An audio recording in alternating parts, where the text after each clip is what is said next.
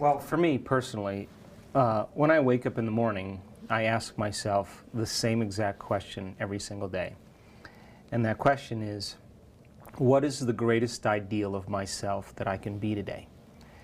Now, there's enough science to support this concept that when we begin to become conscious of our unconscious thoughts, we begin to notice our unconscious habits and behaviors, and we begin to pay attention to our emotions.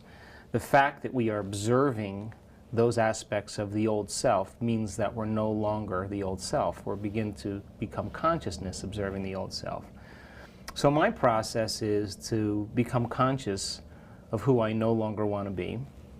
And if 95% of who we are by the time we're 35 years old is a set of memorized behaviors, attitudes, beliefs, perceptions, and emotional reactions that function like a subconscious computer program, then it's entirely possible that we're unconscious most of our waking day, right?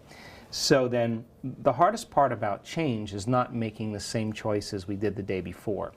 So the biological model of change requires unlearning and relearning. It requires breaking the habit of the old self and reinventing a new self. What we say in neuroscience, pruning synaptic connections and sprouting new connections.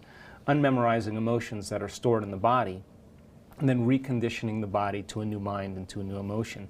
It's literally drawing your energy from the past and putting it into the future. Deprogramming and reprogramming, breaking the habit of the old self is really the model. So when I sit down in my discipline, in my morning meditation, the first thing that we have to do is we have to become conscious of our unconscious self. So it's entirely possible that we're judging other people and we don't know that we're doing it because it's an unconscious program. It's entirely possible that we're living by guilt every single day because it's become so common and so familiar to us.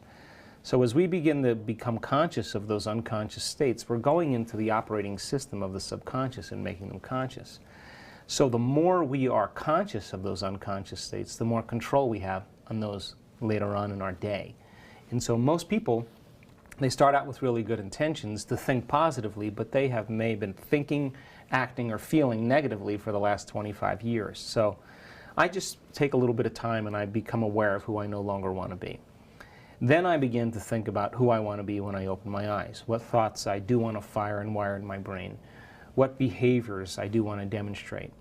And if you begin to contemplate or even mentally plan or rehearse your behaviors, if you do it properly, mental rehearsal shows that you begin to install the neurological circuits in your brain. So now the brain looks like the experience has already happened.